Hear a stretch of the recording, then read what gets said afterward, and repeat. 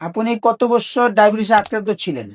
যে আমি প্রায় দীর্ঘ 8 বছর যাবত ডায়াবেটিস আক্রান্ত ছিল, কিন্তু কোনো ওষুধ খেয়ে আমি ডায়াবেটিসে নিয়ন্ত্রণ আনতে পারি নাই। আপনি ভালো করেন কিভাবে?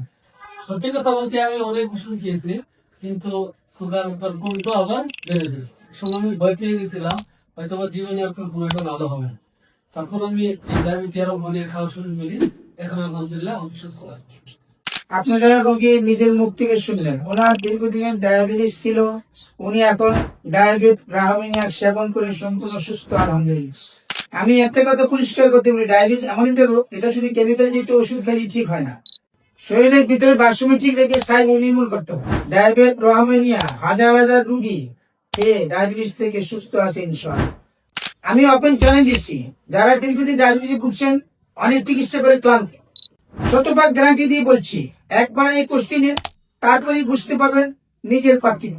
টেনশনের কোনো কারণ নেই, 100% ন্যাচারাল। ডায়াবেটিস থেকে নিজেকে বাঁচাতে আমাদের ওয়েবসাইটে এখনই অর্ডার করুন, ইনশাআল্লাহ পেয়ে যাবেন।